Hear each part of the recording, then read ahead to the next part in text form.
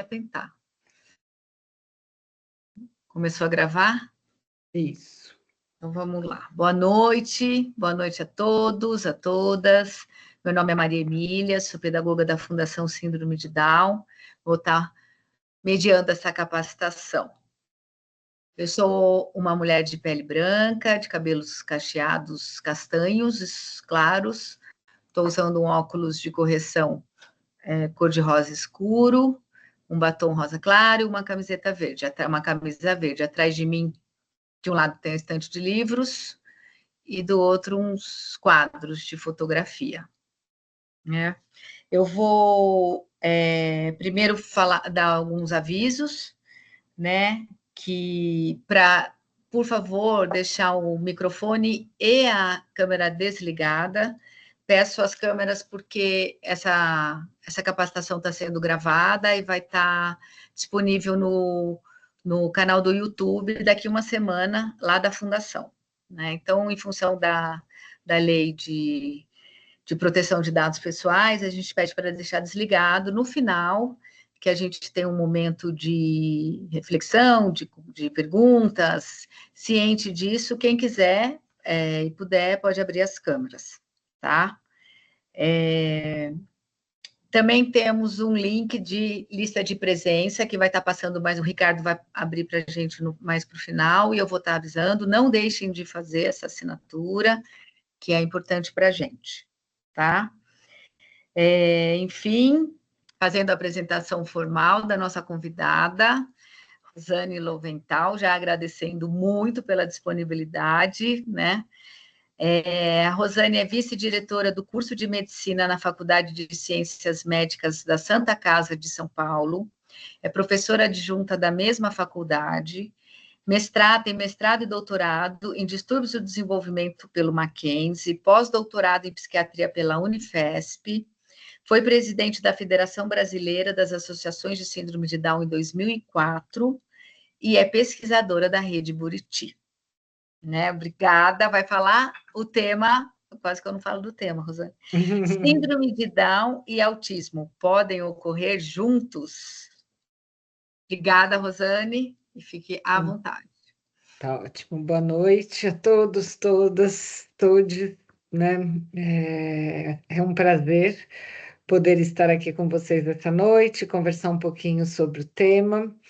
Eu vou me autodescrever antes, eu sou uma mulher branca, de pele morena clara, de cabelos cacheados na altura um pouquinho acima na altura do queixo, meus cabelos são repartidos para o lado direito. Estou usando um óculos também de aro verde, estou com um cachecolzinho, um lencinho no pescoço, um cachecolzinho rosa, uma blusa cinza. Atrás de mim a gente tem uma estante de livros. Rick, vamos começar? Você consegue compartilhar comigo o material, por favor?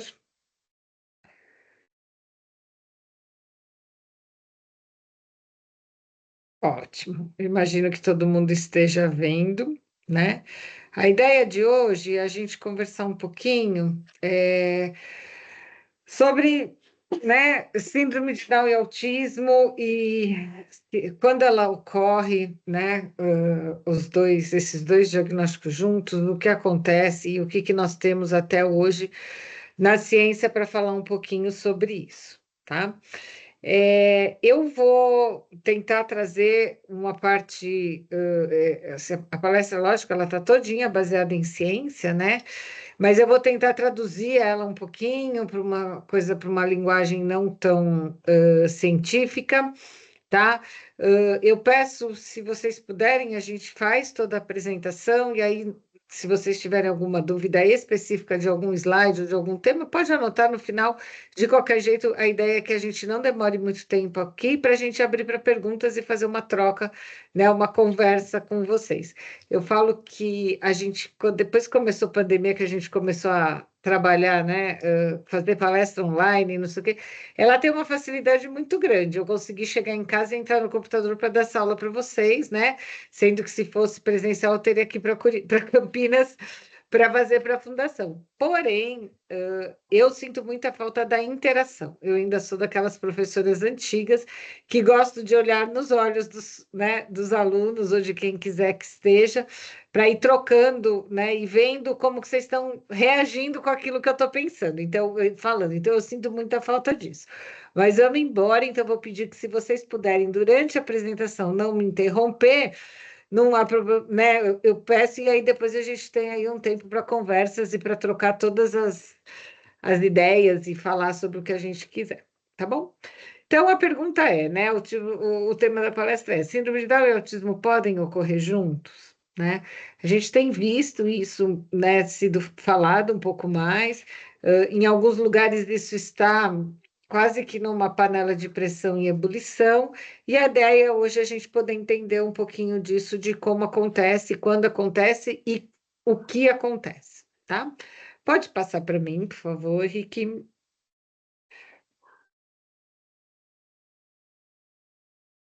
Então, vamos lá. Então, a primeira coisa que eu queria colocar para vocês é assim: quando a gente fala de síndrome de Down e TEA, nós estamos falando de dois diagnósticos, né? Nós estamos falando de dois construtos. E por trás disso, existem uma infinidade imensa de pessoas, né? De pessoas maravilhosas, deliciosas, das mais diversas possíveis, né? E que têm características absolutamente diversas. Então, não é porque eu estou falando de dois diagnósticos que eu vou ter um grupo muito exato e muito igual de pessoas. Eu tenho que lembrar que, apesar de eu estar falando destes dois grupos, e mesmo que eu tenha a ocorrência destes dois diagnósticos juntos, eu ainda estou falando de pessoas diversas, com características diversas, né, com potencialidades, limitações muito diferentes uma das outras, e que, com isso, traz para nós a beleza da humanidade, mas traz uma dificuldade muitas vezes quando a gente vai falar de ciência e quando a gente vai caracterizar muito, né, alguma coisa dentro de caixinhas que a gente vai colocando né, e tendo que tomar muito cuidado para não fazer rótulos, estigmas em relação a isso, tá? Então, aqui eu trouxe uma infinidade de pessoinhas com síndrome de Down, com TEA, com síndrome de Down e TEA, tudo junto, né, e misturado, mas para a gente entender que existe uma diferença muito grande aqui de pessoas, né, e que nós estamos falando dessas pessoas.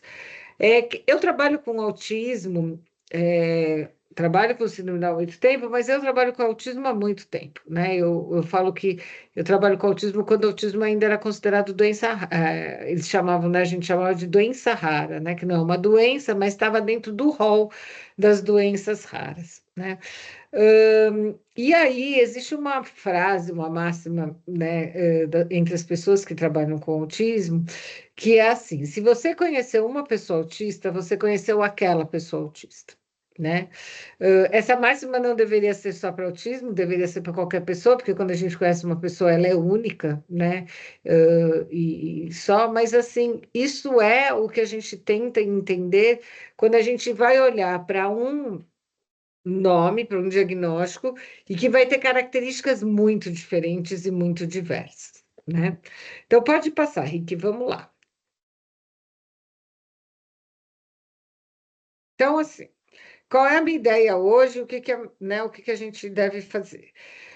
A gente vai falar um pouquinho sobre informações gerais, tanto de autismo quanto de síndrome de Down. A gente vai falar um pouco da epidemiologia desses dois quadros e do quadro em conjunto, né? Vamos falar um pouquinho da apresentação clínica, quando ela acontece, do autismo e da síndrome de Down, né, juntos, e o que que acontece em relação a impactos do duplo diagnóstico, tá? Então, a ideia da gente passar aqui essa horinha aqui é para a gente falar um pouquinho sobre isso. Então, vamos lá. Síndrome de Down, o que que é? Passa para mim, Rick. Síndrome de Down é uma síndrome genética, né, que nós tão bem conhecemos, né? É uma síndrome que traz um cromossomo a mais, né? Então, a trissomia do cromossomo 21. Então, nós temos um cromossomo a mais no par 21. Na grande maioria das vezes, o diagnóstico é sempre feito ao nascimento. Hoje em dia, a gente já tem diagnósticos no período pré-natal, né? É uma evolução que a gente tem visto. Então, eu falo que há 30 anos atrás, o que eu via e o que chegava ao meu consultório eram crianças que eram diagnosticadas ao nascimento. Em alguns poucos lugares no Brasil, remotos, ainda a gente tem algumas crianças que estão diagnosticadas um pouquinho mais tarde, mas isso não é o comum, né?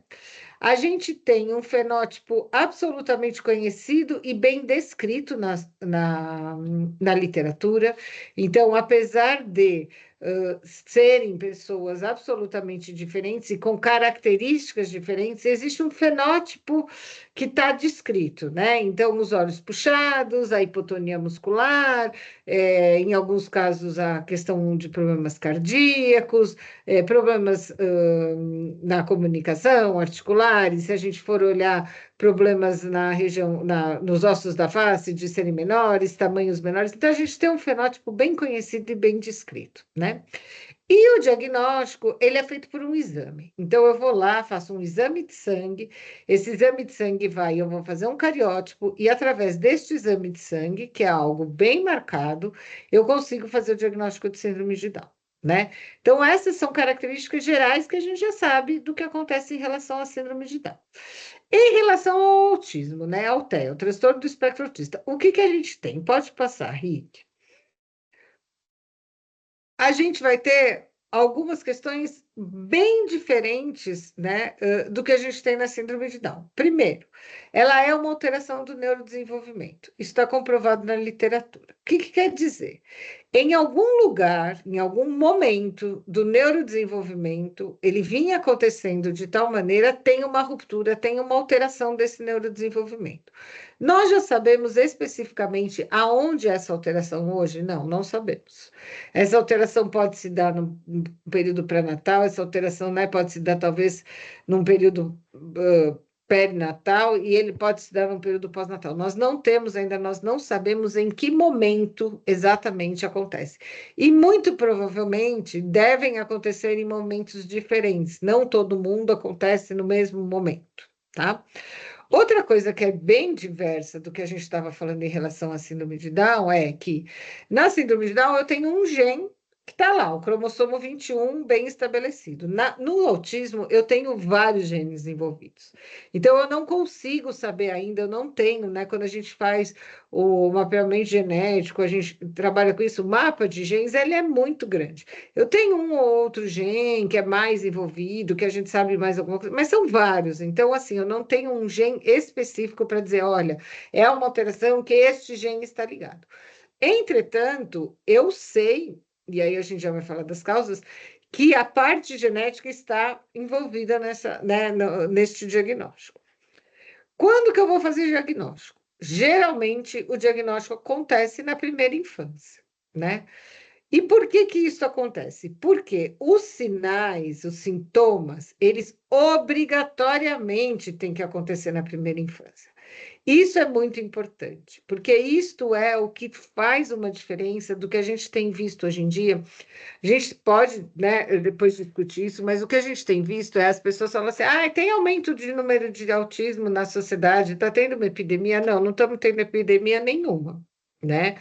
O que acontece, e a gente vai falar um pouquinho mais para frente, por que a gente está tendo, por que a gente acha que tem esse aumento, né? Mas o diferencial de quando eu vou fazer um diagnóstico de uma pessoa com TEA é que os sintomas têm que aparecer na primeira infância. Se eu não tenho sintomas na primeira infância, isto não é TEA. Isto pode ser qualquer outra coisa dentro de uma classificação enorme de alterações de neurodesenvolvimento ou de algum transtorno relacionado a transtornos psiquiátricos, mas não TEA. Então, obrigatoriamente, os sintomas têm que aparecer na primeira infância e, geralmente, esse diagnóstico aparece na primeira infância. A não ser em casos que são casos do que a gente vai chamar de nível de suporte 1, que significa a mesma coisa que casos leves, a gente vai ter isso, né, aparecendo talvez um pouquinho diferente. No TEA, o que que a gente sabe? A gente sabe o que causa? Não, a gente não sabe o que causa, né? A gente sabe que são multifatores, e entre estes multifatores a gente tem a alteração, né? Uma alteração genética associada, o que a gente vai chamar de uma alteração ambiental.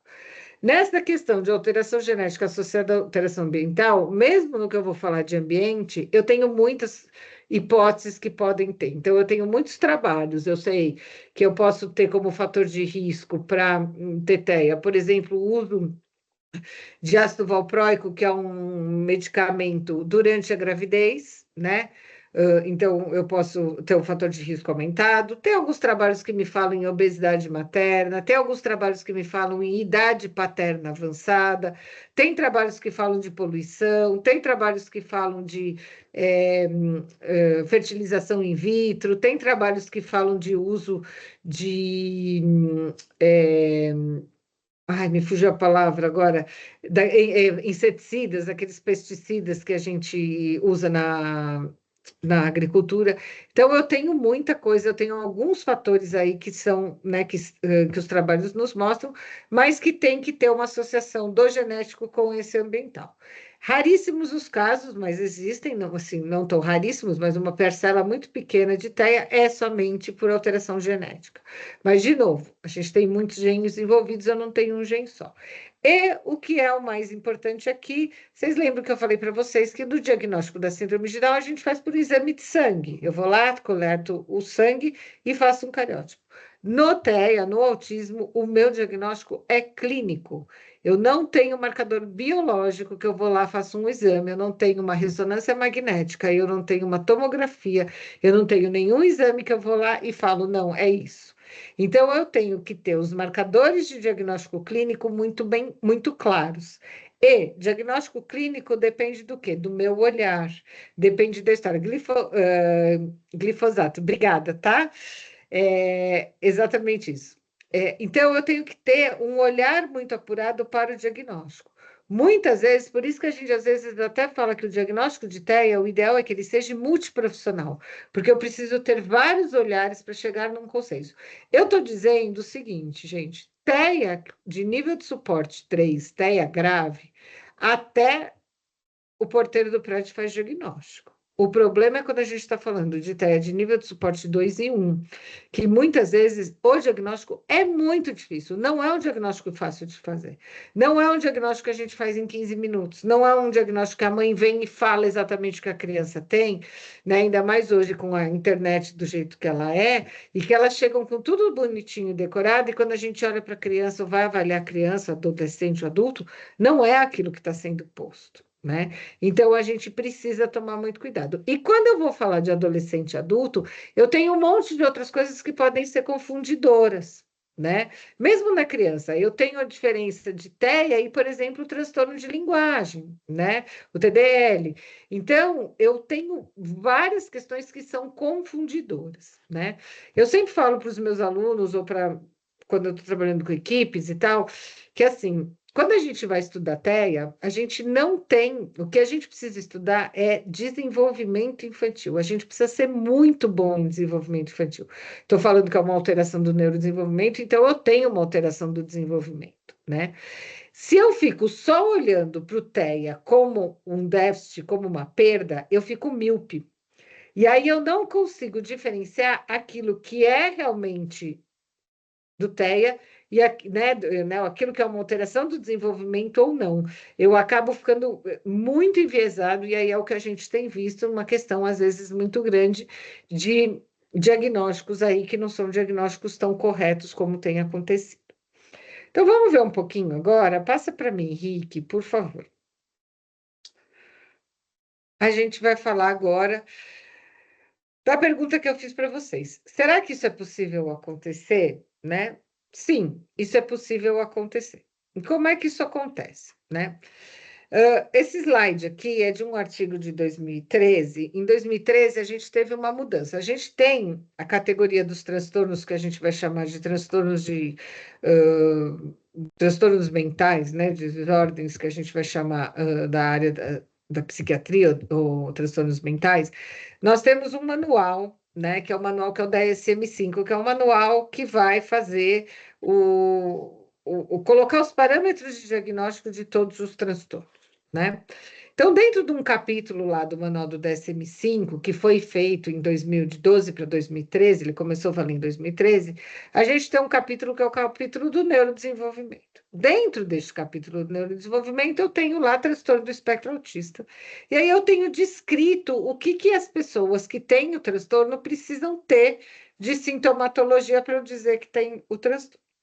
Então, a primeira coisa que eu preciso saber é o seguinte: o transtorno do espectro autista é uma alteração da comunicação social, da cognição social. É o único que tem alteração da cognição social? Não, eu tenho outros transtornos que também vão ter alterações da cognição social. Mas esta comunicação e a cognição social, elas têm que ter um déficit, né? Para isso, eu vou ter o quê? Eu vou ter um déficit. Quando eu falo de déficit, eu estou falando numa variação de qualidade de uma habilidade. Então, eu vou ter um déficit na reciprocidade socioemocional. Eu vou ter pessoas com autismo, né, ou TEA, que tem zero de reciprocidade socioemocional. Eu vou ter aqueles que têm um pouquinho de reciprocidade socioemocional. Eu vou ter aqueles que têm muito de reciprocidade socioemocional, mas nunca reciprocidade socioemocional igual de alguém que não tem o TEA, né? Mas eu tenho aqui uma variação muito grande, né? Então, com isso, eu já tenho uma diferença muito grande de características dessas pessoas, né? Eu vou ter um déficit na comunicação social não verbal. Então, isso é uma outra questão importante, né? Muitas vezes vocês estão me vendo falar, eu estou aqui com as mãos, né, gesticulando, falando e jogando as mãos os gestos. Eu tenho uma comunicação não verbal muito, né, vou dizer, aflorada, né?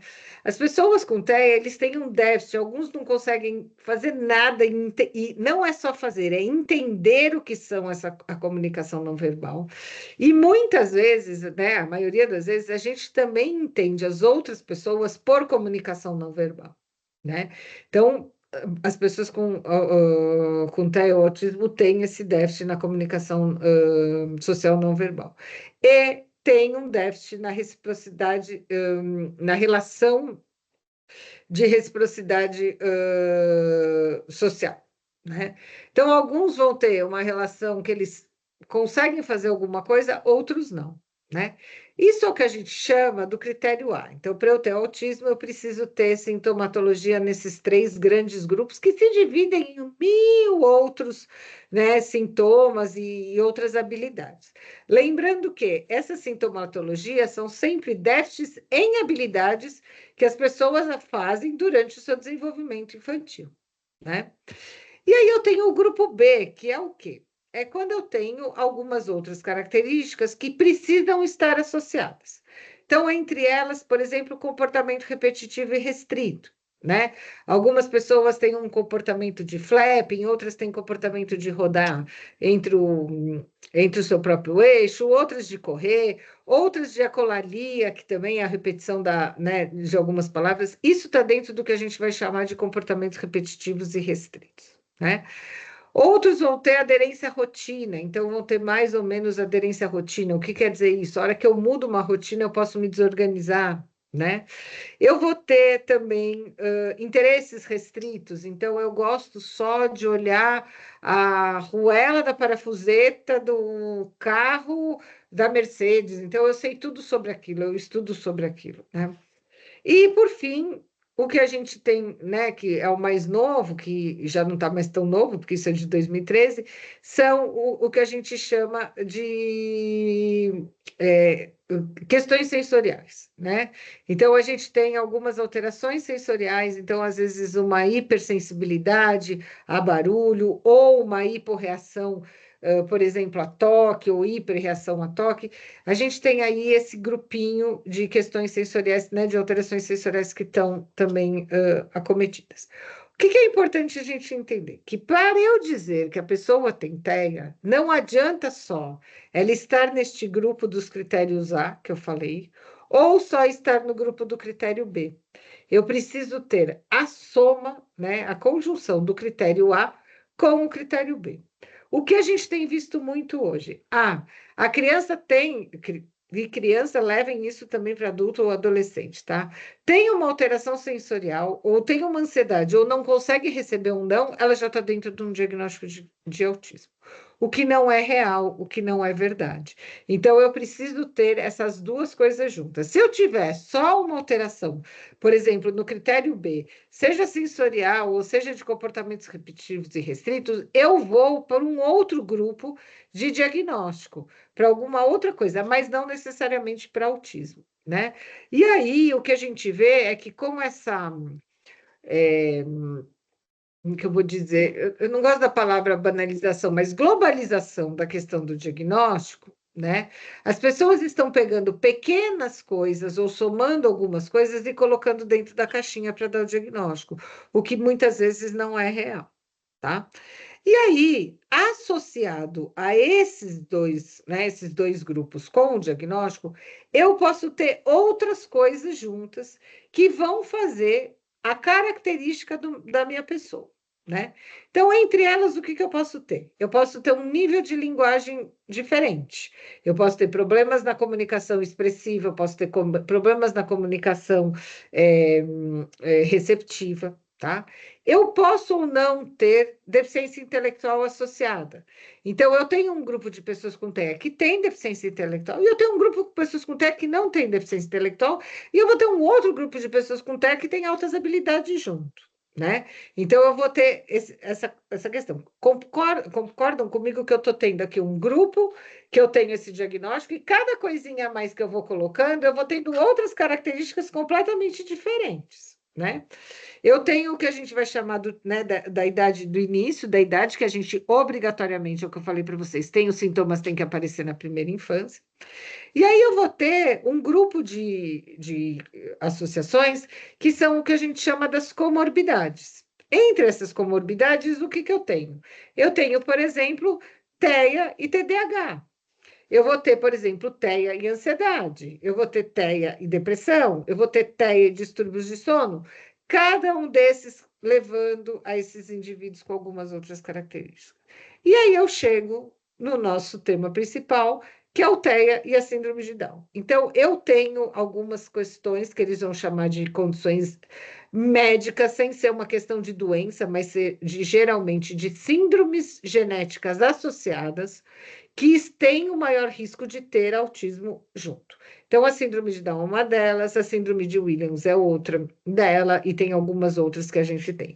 Mas na síndrome de Down, sim, eu posso ter o diagnóstico de síndrome de Down com comorbidade de TEA, né? Então, eu tenho a síndrome de Down de início, né, de base, e a comorbidade do TEA associado em conjunto, tá? Bom, passa para mim, Henrique.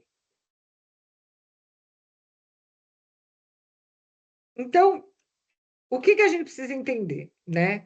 Que a gente precisa conhecer muito como que são as características dessas pessoas, né? Até primeiro, para poder diagnosticar as duas coisas juntas. Se eu digo para vocês que é difícil diagnosticar sem síndrome de Down, mais difícil ainda é diagnosticar com síndrome de Down. E a gente vai ver por quê. Porque muitas das características que acontecem podem estar nos dois grupos. Então, mesmo eu posso ter, lembra que eu falei para vocês, eu tenho pessoas com síndrome com TEA e deficiência intelectual, mas eu tenho características, sintomatologias que podem aparecer, que são comuns, né, aparecerem nos indivíduos com síndrome de Down e nos indivíduos com TEA. E quando eu junto tudo, eu não sei se aquilo é da síndrome de Down ou se aquilo é do TEA, e aí fica mais difícil ainda para a gente fazer. Então, vamos tentar entender um pouquinho mais sobre, né, sobre esse quadro associado. Passa para mim, por favor. E aí a gente vai falar de prevalência.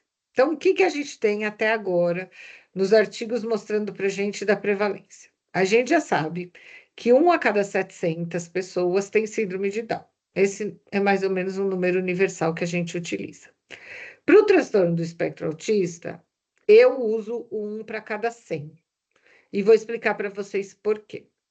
Apesar de, e muito vindo da imprensa, A gente tem o número 1, agora acabou de sair o número do CDC de 25, 24, um para cada 31. Isso significa que em cada 31 pessoas, uma delas tem autismo. A gente precisa entender esses dois números. Por que um para cada 100 e por que um para cada 31? E por que eu, Rosane, estou dizendo para vocês que uso um para cada 100?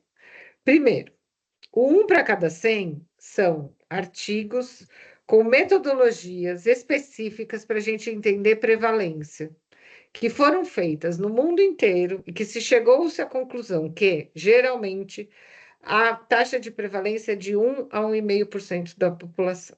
Então, a gente utiliza um para cada 100, porque são estudos feitos com metodologia específicas para prevalência. Ah, Rosane, mas e por que os caras falam de 1 para 32? Eles falam de 1 para 32 porque, assim, este número 1 para 31, para 32, para 35 é o número que sai do CDC americano.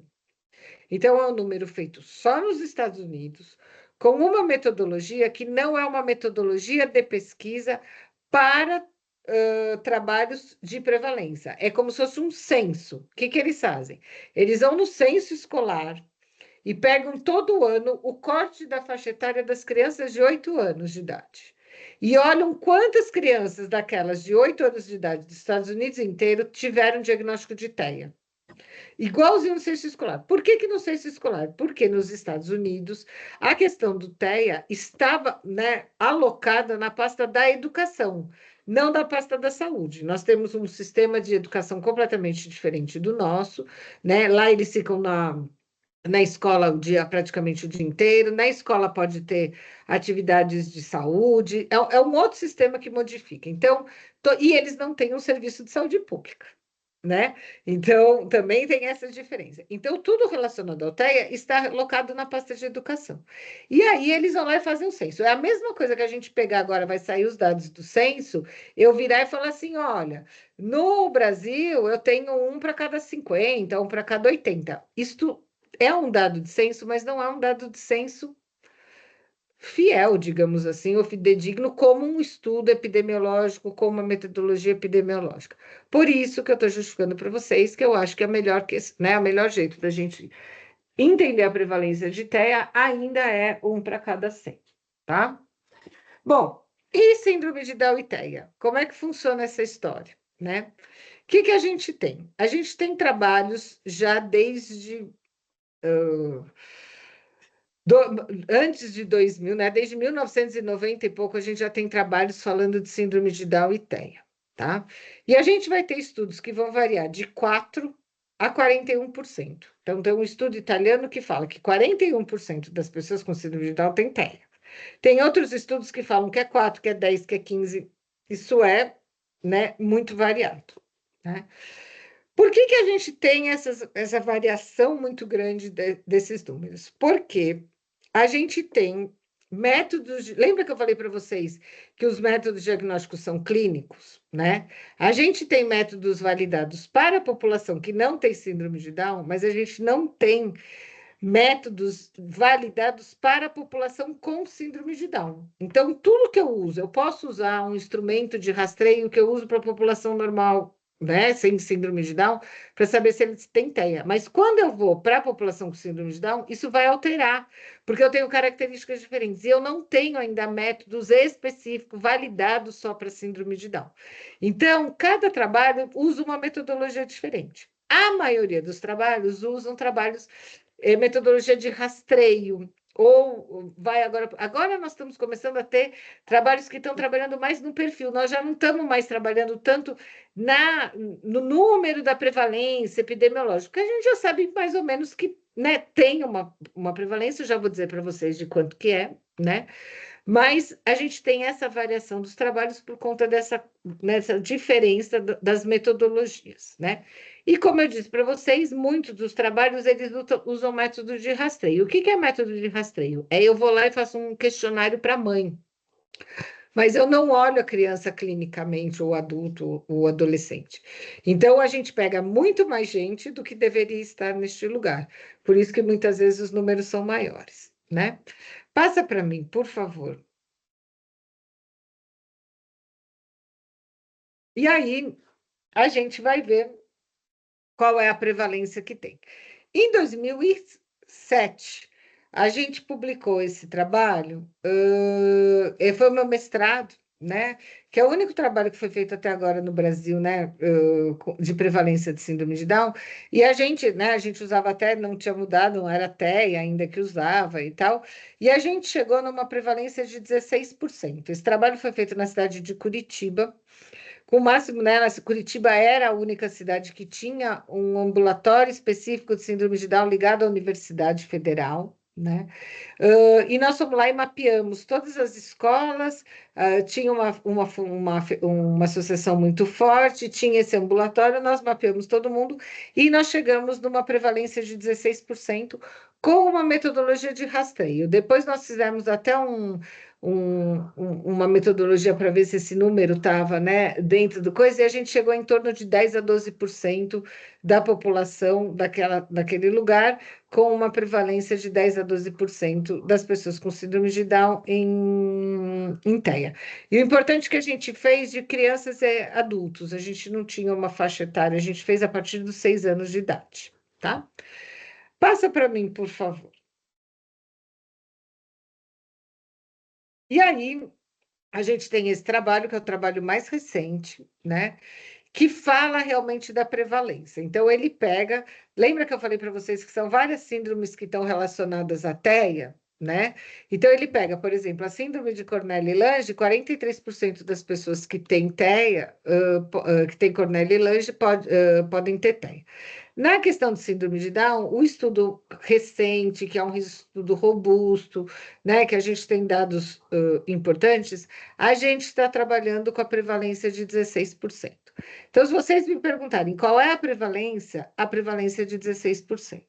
Se a gente for pensar, ela é muito maior do que a prevalência de uma população que não tem Down, né? Uma população de pessoas que não têm síndrome de Down, ela é 16 vezes mais, porque se eu estou falando que a população lá tem 1%, aqui eu estou falando em 16% dentro da população.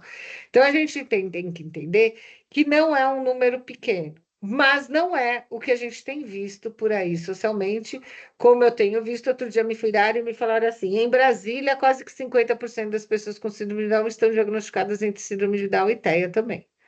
Isso não é a realidade, isso não é verdade. Alguma coisa tem de errado. Brasília não tem nada de diferente, né? Então, muito possivelmente, nós estamos com diagnósticos errados, né? Porque não é exatamente a prevalência que tem aparecido nos trabalhos. Pode passar para mim, por favor? E aí a gente vai tentar entender um pouquinho. Olha lá, tem alguém falando que mora em Brasília e soube dessa estatística aí. E aí a gente vai falar um pouquinho quais são os fatores de risco que a gente tem para ter síndrome de Down e TEA junto. Eu falei para vocês que existem vários fatores de risco, né,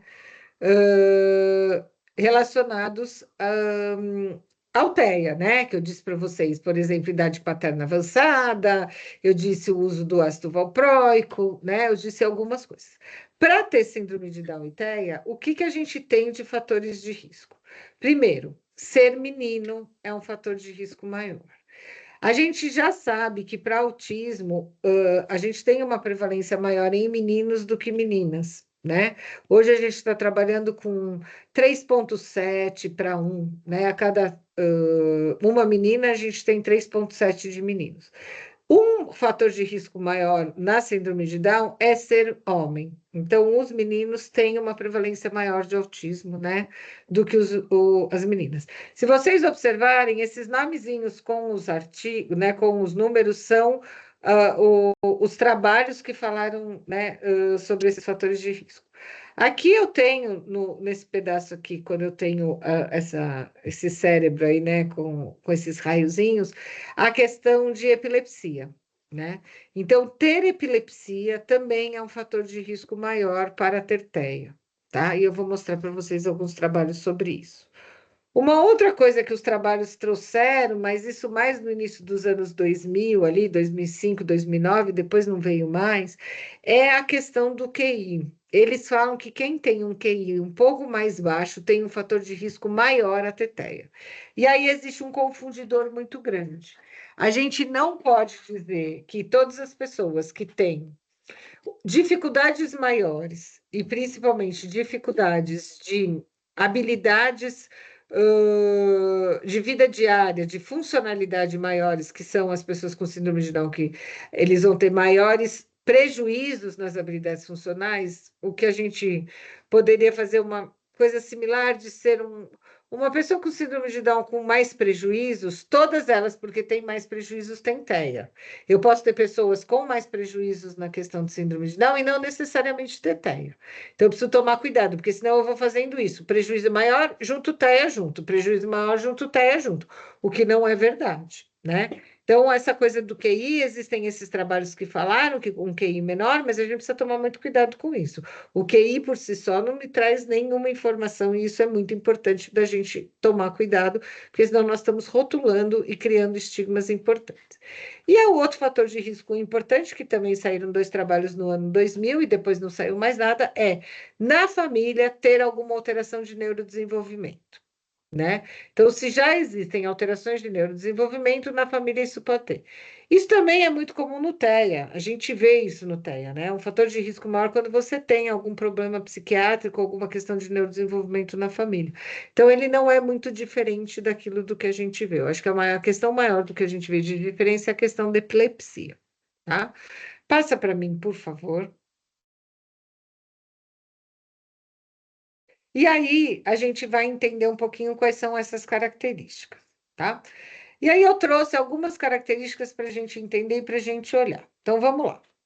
Os trabalhos mostram. Pode passar, Rick, por favor. Os trabalhos mostram para a gente que uma das características que é muito comum e que é diferencial para a gente achar o diagnóstico de TEA é comportamento repetitivo e estereotipado. Então, aqui, nesse gráfico aqui, que está circulado no vermelho, o que vocês vão ver, né? Eu tenho a barrinha branca, que são as pessoas com síndrome de Down. Eu tenho a barrinha cinza, que são as pessoas com síndrome de Down e TEA. E eu tenho a barrinha preta, que são as pessoas com TEA.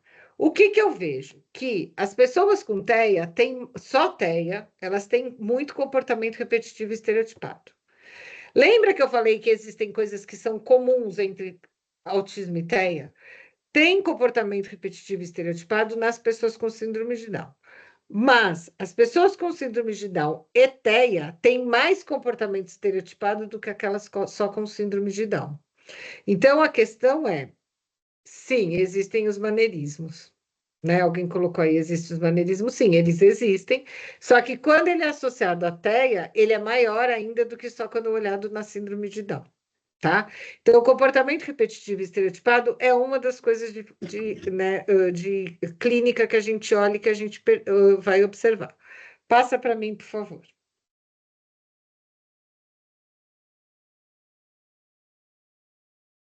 E aí, eu trago para vocês esse trabalho da Spinazzi, que é um trabalho de 2024. A Spinazzi é uma grande pesquisadora nessa área, que fez o quê? Ela foi conversar com as famílias que já tinham o duplo diagnóstico e foi trazer para, né, perguntar para elas o que elas viram de diferente que procurou, né, que motivou elas a procurarem um outro diagnóstico. Então, você já tinha uma criança com síndrome de Down, o que você via naquilo que era diferente das outras crianças com síndrome de Down que foram fazer você procurar? E o que mais se tem é que 53% das famílias falam que era comportamentos estereotipados. Então, era um comportamento além daquilo que a gente vê na síndrome de Down, porque a gente tem, né, a gente tem uns movimentos repetitivos, a gente tem um comportamento estereotipado, só que ele era diferente.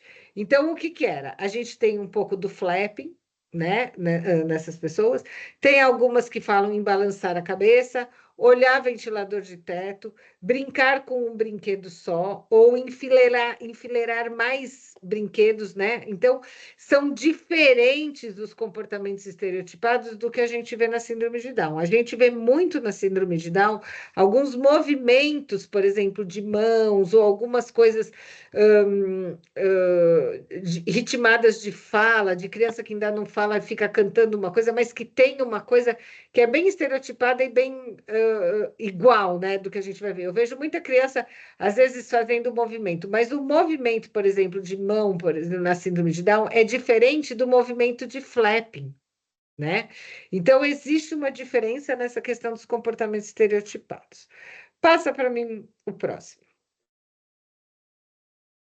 Uma outra coisa que a gente, que eles, né, que o Tarali achou, é na questão da interação social. Então, o que que ele vê? Ele vê que a síndrome de Down tem uma boa interação social, então aqui a gente vai interpretar o contrário. O autismo tem pouca interação social, e aquele que tem autismo e síndrome de Down tem menos interação social, mas ele está entre o autismo e entre a síndrome de Down, né? Então é como se ele estivesse ali no meio. Eu tenho um pouco, mas eu não é igual àquele que não tem, né? Então a gente precisa tomar cuidado. Só que o que eu tenho visto também é assim: crianças com síndrome de Down que demoram mais para falar, muitas vezes elas têm elas se acabam ficando mais isoladas em algum momento. Aí as pessoas falam, ela não tem interação social. Mas não é que ela não tem interação social. Às vezes ela não está falando, as pessoas não conseguem entender o que ela quer e ela acaba se isolando. Então a gente precisa tomar muito cuidado para entender o que é de base, porque o que vai ser do autismo vai ser de base, né?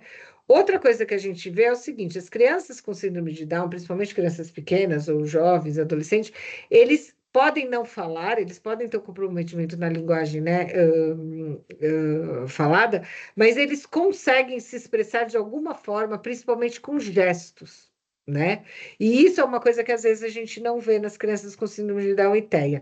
Lembra que eu falei para vocês que existem um déficit nessa coisa da comunicação não verbal?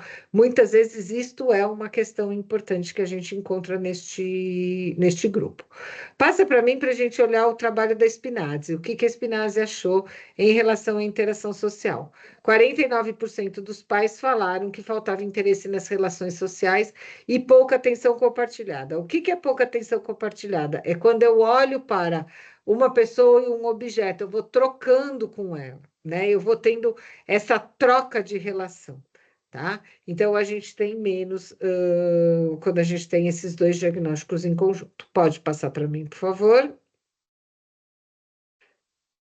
E aí a gente tem a questão da comunicação, né? O que que a gente vê? A gente vê que existe um atraso da comunicação verbal de 6 meses, mais ou menos, entre as crianças só com síndrome de Down e as crianças com síndrome de Down e TEA. Eles têm uma comunicação receptiva e expressiva pior que a síndrome de Down. Então, normalmente, na síndrome de Down, o que que a gente tem? A gente tem uma comunicação expressiva pior e uma receptiva melhor. E aqui a gente tem nas duas, tá? E a gente tem mais ecolalias, né? Que também em alguns casos de síndrome de Down a gente pode ter ecolalias, mas aqui parece que a gente tem mais. Então, vocês percebem que eu estou falando de sintomatologias que existem nos dois lugares. E essa diferença do que é da síndrome de Down e do que pode servir a ser do TEA é um diagnóstico muito difícil da gente lidar, principalmente para a gente falar que hoje tem 50%, né, de uma população, ou mesmo 30, ou mesmo 25. Eu acho que, assim, ou 20 ainda é muita coisa que a gente está fazendo, a gente está comendo bola em algum lugar. Passa para mim, no trabalho da Spinazzi, o que que ela vai falar? Ela vai falar que, né, 40% das famílias acharam que tinha algum problema de comunicação, 29% das famílias falaram em alteração sensorial, né, que a gente também falou, e aí tem uma coisa interessante, 27% falaram de um contato visual diferente. Então, nós estamos falando de um número grande. Contato visual diferente as pessoas com síndrome de Down e TEA, elas olham, mas elas fogem mais, ele é um olhar mais fugaz e diferente do que das pessoas só com TEA, né? Passa para mim, por favor. E aí, a gente tem alguns trabalhos falando um pouco da regressão. A gente já sabe, em alguns casos, existem no TEA sozinho, eu tenho um grupo de pessoas com TEA que tem o que a gente chama de regressão. Então, por volta de uma certa idade, geralmente é por volta dos 2 anos de idade, eles começam a ter uma regressão. Então, eles falavam, param de falar, eles brincavam, param de brincar. Na síndrome de Down, a gente também tem um diagnóstico aí, mas que ele aparece um pouco mais tarde, que é na adolescência, começo da vida adulta, que tem ainda algumas, né, um diagnóstico de uma regressão aí, que é quase que um embotamento, ele é meio confundido com uma depressão mais grave e tal, mas que ele só vai aparecer na adolescência e na vida adulta. Primeira coisa que eu preciso dizer para vocês, não é neste lugar que as pessoas que têm síndrome de Down e têm esses sintomas que ela vai ter o diagnóstico de TEA. E isso é uma coisa que eu tenho visto muito grande nos adultos, adolescentes e adultos. A pessoa tem essa regressão com síndrome de Down e aí ele vira e fala assim, ah, não, mas ela tinha TEA e você nunca percebeu. E ninguém vai lá investigar a infância dela e como era. Por isso que eu estou batendo muito na tecla da infância. E o que a gente sabe, né, é que, por mais que a ocorrência de regressão é mais tarde, ela não é na adolescência e na vida adulta. Ela é um pouco mais tarde, mas não é neste lugar que é o lugar que a gente chama dessa regressão aí da síndrome de Down, tá? Pode passar para mim, por favor. E aí, a Spinazzi, que eu falei para vocês que era uma, nesse trabalho que ela foi olhar as experiências, o que que ela foi fazer? Ela foi perguntar para as famílias quando que elas começaram a ter, e olha, o trabalho que ela fez foi com 45 famílias com diagnóstico de síndrome de Down e TEA. Ela foi perguntar para eles quando que essas famílias começaram a perceber que tinha alguma coisa diferente, que eles achavam aquela criança com síndrome de Down diferente das outras crianças com síndrome de Down. E a média do que as famílias falaram era que era por volta dos 3 anos e 8 meses, né? Então, só que a idade que essas crianças foram diagnosticadas foram por volta dos 8 anos e meio. Então, houve um tempo aí de quase 4, 5 anos de que essas crianças poderiam ter sido diagnosticadas se a gente tivesse, né, as pessoas entendendo, e, mais do que isso, terem intervenções que pudessem melhorar o prognóstico delas e a funcionalidade delas. Então, isso, vocês verem, se nos Estados Unidos isso está acontecendo, o que dirá e o que pode acontecer em outros países como o nosso no Brasil. Ou a gente tem um boom de um monte de crianças sendo diagnosticada errado e carregando 2 diagnósticos que, querendo ou não, as pessoas estigmatizam, e aí é muito difícil de lidar, ou a gente vai ficar sem atender corretamente, né, nas intervenções necessárias para aquelas crianças. E aí, nesse trabalho, o que que ela fala? Que lá nos Estados Unidos, ela foi perguntar para as famílias com quem que elas foram falar. Se era com o terapeuta, com o pediatra. E o que que as famílias falam? Que eles vão falar com o educador, né, com o educador ou terapeuta, e vão falar com o pediatra ou com o médico de atenção primária, né? E aí, desses daqui, dos terapeutas e dos educadores, 21% não tinha ideia do que era associado ao síndrome de Down e TEA. E dos médicos, 82% também não tinha ideia da associação de síndrome de Down e TEA. Então, vocês imaginem nós no Brasil o que que a gente está falando, né, e do que a gente está fazendo. Então, esse também é um dado muito importante. Passa para mim, por favor. E aí, eu trouxe 2 artigos que acabaram de sair. Esse artigo aqui acabou de sair, né? É um artigo que vai trazendo. É o mais recente que saiu, ele acabou de sair agora em 25, numa revista muito boa de autismo, onde ele vai trazer quais são. Volta. Isso, tá ótimo. Quais são os perfis, né, adaptativos e de comportamento das pessoas com síndrome de Down quando tem essa ocorrência com TEA. E aí o que é muito interessante é que eles comparam, né, o grupo com síndrome de Down e TEA com o grupo com síndrome de Down. Então, esse artigo está comparando esses 2 grupos, né? Então, quando ele fala que a ASD, que é o TEA, é o síndrome de Down e TEA, e o outro é o grupo que ele chama de grupo controle, né? E aí, ele coloca o seguinte, né? São 2 grupos que estão pareados por idade, por QI, tudo bonitinho, né?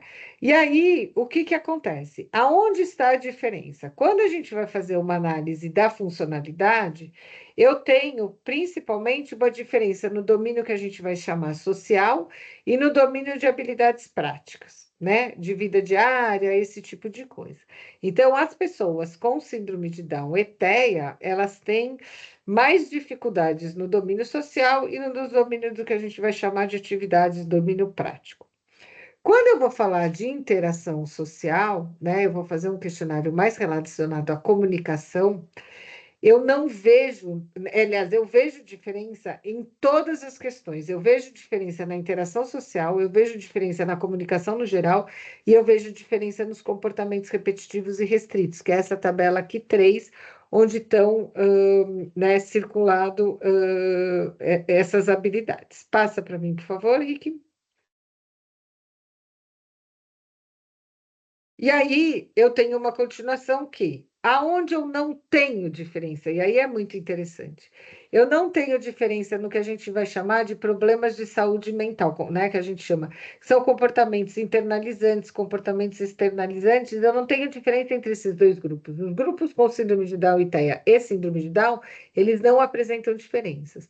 Mas, de novo, o artigo vai mostrar para a gente que existe uma diferença no comportamento estereotipado, né? E nos interesses restritos, que só vem mostrando para a gente o que os outros artigos também já tinham mostrado um pouquinho. E, por fim, pode passar, eu trouxe um artigo para vocês, que também acabou de sair, saiu no final, né, ano passado, mas é o único artigo que trabalha com adultos com síndrome de Down e TEA. Então, o que eles fizeram? Eles foram aqui nesse banco, Medicaid, que é um banco enorme dos Estados Unidos, onde você, tipo esses bancos públicos que tem todas as coisas, e foram lá e olharam todo mundo que tinha síndrome de Down e depois teve o diagnóstico de síndrome de Down e TEA, né? Mas fizeram um corte acima de 18 anos de idade. Tá? E aí, aqui esse gráfico, eu tenho desde 2011 até 2019 a prevalência de pessoas que tinham síndrome de Down e que receberam o diagnóstico de TEA. Se vocês forem olhar, a maior faixa etária que recebeu este diagnóstico e que você tem um aumento muito expressivo é essa verdinha aqui de cima, que é a faixa etária de 18 a 25 anos. Tá? As outras faixas etárias, elas crescem, mas elas não crescem muito, não é uma curva que cresce muito. Essa curva aqui é uma curva que cresce muito mais que essa faixa etária de 18 a 25 anos. Tá?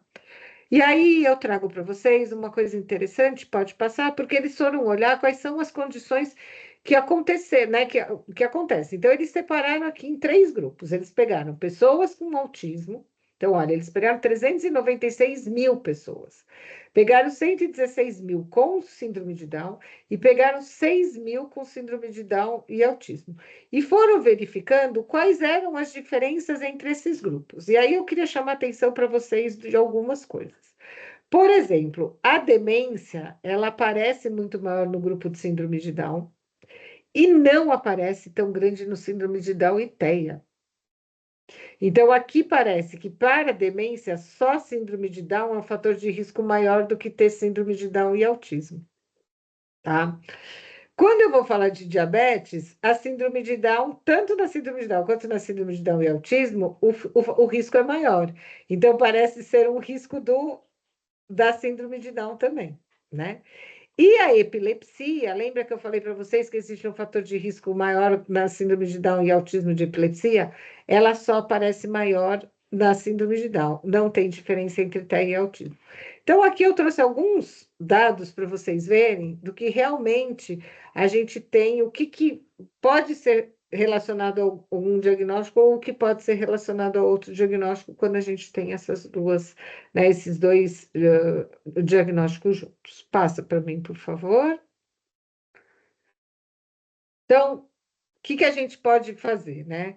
De acordo com a revisão da literatura, a maioria dos trabalhos não tem grupo controle, então eu sempre estou trabalhando com uma dificuldade aí de comparar alguém com alguém, e ao mesmo tempo não dá para comparar uma pessoa com TEA e autismo com uma que não tem, né, síndrome de Down e autismo, com uma que não tem nada, fica muito difícil. A maioria dos estudos que a gente tem amostras muito pequenas, vocês viram, né? A não ser esse que é recente, que saiu desse censo, né? Desse grupo grande. E poucos estudos ainda descrevem esse fenótipo de crianças e adultos com duplo diagnóstico. Eles ainda são estudos que a gente não. A gente tem, é que nem eu falo para vocês, tem mais estereotipia, mas que tipo de estereotipia? Qual é a diferença nessas estereotipias? A gente ainda não tem esse material muito bem descrito, né? Passa para mim, por favor. Então, o que a gente fecha? né? A gente fecha que a prevalência é 16 vezes mais comparado com a população geral. Os sintomas vão ficar mais presentes em torno dos 3 aos 5 anos, que é o que a literatura comenta. Os sintomas mais comuns são estereotipias mais complexas, déficit nas habilidades sociais, atrasos significativos na linguagem receptiva, expressiva e gestual. E a gente tem uma necessidade de pesquisas maiores sobre o perfil de comportamento adaptativo, como essa última que eu mostrei para vocês, não a de tantas pessoas, mas aquela que eram 2 grupos controles, porque o grande problema é funcionalidade, né? O meu tratamento ele tem que ser específico para quê? Para eu garantir que essas pessoas sejam o mais funcionais possíveis dentro das suas condições. E aí eu vou ter tratamentos específicos mais, né, melhores para que a gente possa fazer essas abordagens, né? Pode passar, né? Não posso deixar de colocar, né? A gente está com uma rede nova aí, que é a Rede Buriti. A fundação é parceira nossa, é um dos nossos polos. Aqui estão os pesquisadores da Rede Buriti. A gente vai ter aí vários, né? A gente tem 4 grandes projetos, que é a formação da Corte Brasileira, a criação da base de dados, a gente tem a criação de um biobanco nacional e a criação de um observatório, e dessa rede vão surgir pequenos subprojetos que estão, né, que vão surgir aí no decorrer desse período, né? Pode passar, Rick. Acho que é isso, queria agradecer, né? Meu contato está aí, e acho que a gente pode abrir aí para tu tirar algumas dúvidas que o pessoal tiver. Obrigada, Rosane. Nossa, foi um caminhar aí, né? E interessante a gente perceber que é um processo ainda, né? Por mais que a gente na prática perceba muitas coisas, tudo que você trouxe foi encaixando em muita coisa que a gente vive com as pessoas, né?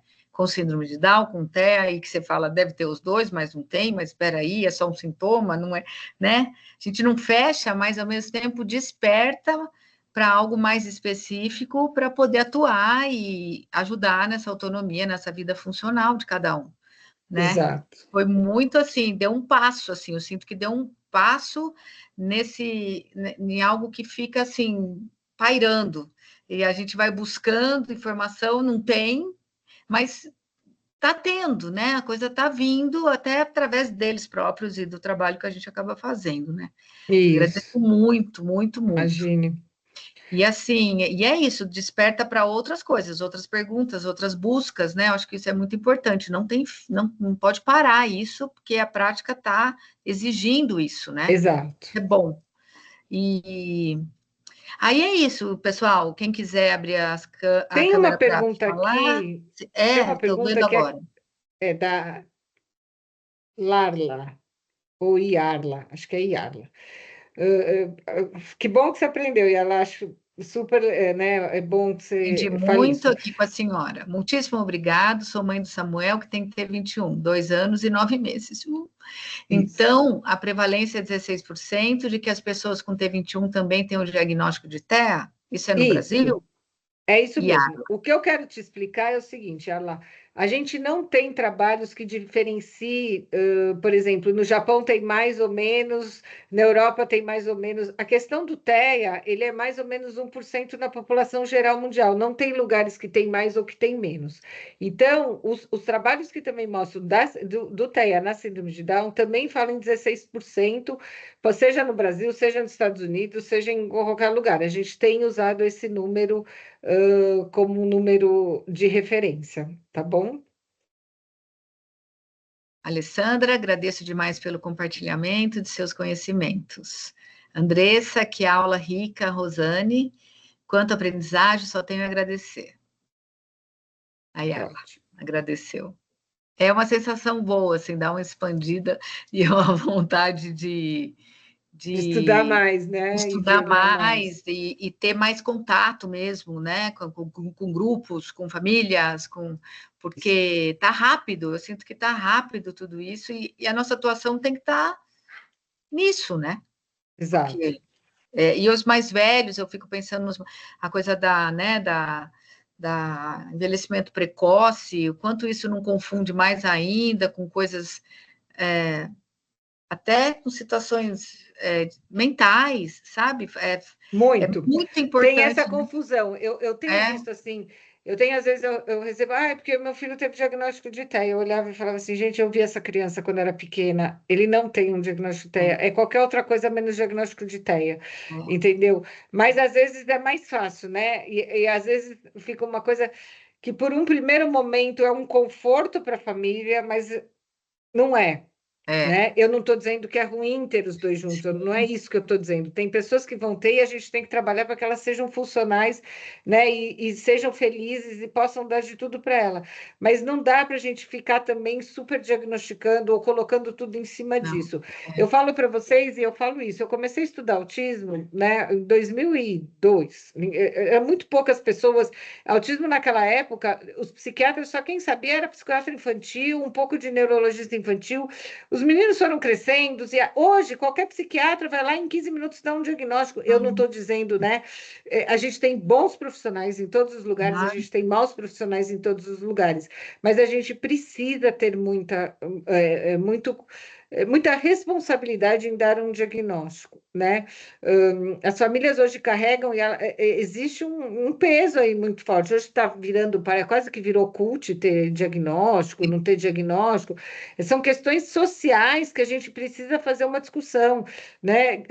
Entender que a humanidade é diversa, respeitar a diversidade da humanidade, entender que nós temos muitos, né, que nós somos absolutamente diferentes e que isso é o mais rico da humanidade, não quer dizer que a gente vai ficar só enaltecendo as deficiências. A deficiência não é para ser enaltecida também.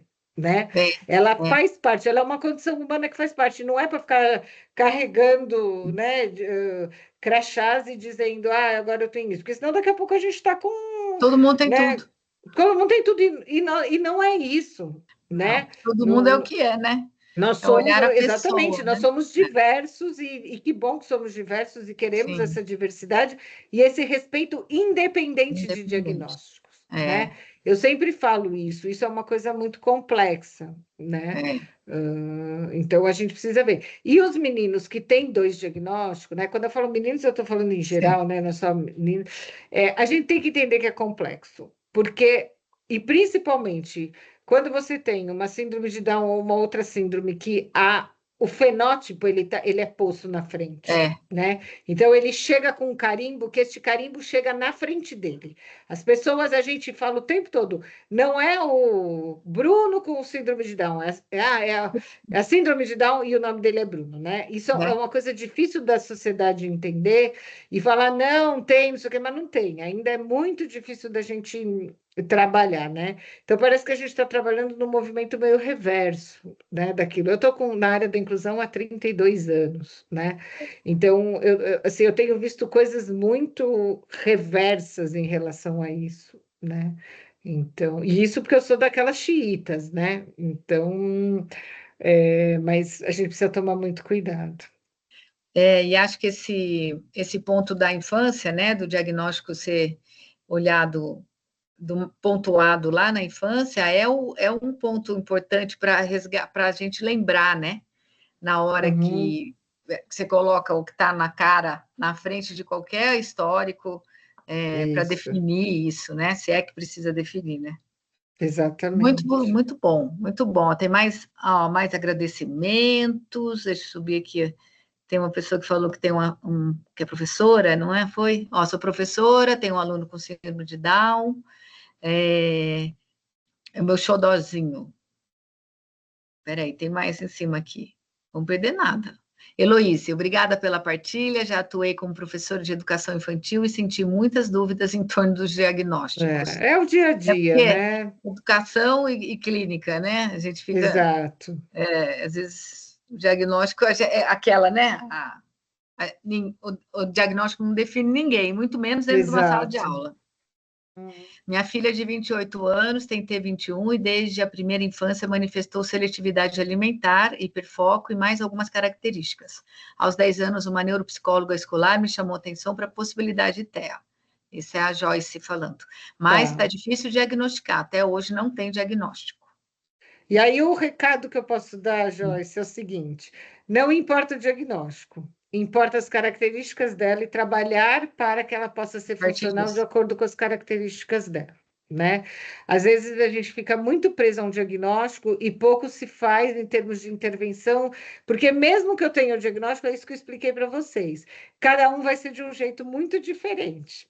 Né? Sim. Então, as intervenções também têm que ser diferentes. Isso é uma coisa que é para uma outra aula, uma outra questão que a gente fala e que eu falo. Nós temos a mania de pegar as intervenções aqui no Brasil e jogar aquilo que é feito lá nos Estados Unidos e jogar aqui para dentro sem nenhuma adaptação, sem parar para olhar como que funciona a nossa população, como funcionam as pessoas, né, e como elas são. Então, assim, tratamento não é igual para todo mundo. Né? Isso é a mesma coisa para tratamento medicamentoso. O que eu tenho visto hoje é assim, menino com síndrome de Down que não faz, sei lá, não gosta de receber um não, ele já é teia porque ele não gosta, né? Porque ele se joga no chão quando ele recebe não, e ele já recebe risperidona de medicação, porque não existe isso, né? Não dá para a gente pensar dessa forma. Então, é isso mesmo, o que você tem estudado é em relação a isso, é quais são as características dela e como tornar as características, né, que ela possa ser funcional. E se eu posso dar uma dica, Joyce, é assim. Peguem as características de potencialidades e não das dificuldades, e trabalhem pelas potencialidades. Né? Aquilo que ela faz de bom, né? O que ela tem de bom, trabalhe por aí e não fica batendo nas dificuldades, porque se você trabalhar pelas potencialidades, as dificuldades vão melhorar. Tá bom? É isso, agradeceu, Joyce, certo, combinado. Imagina. A Suzana Solteó tem uma filha T21 de 6 anos. Tá? Aproveite Ai, sua gente, filha, que cresce. não, a gente não tem fim, né? Acho que é Não, uma conversa para muito.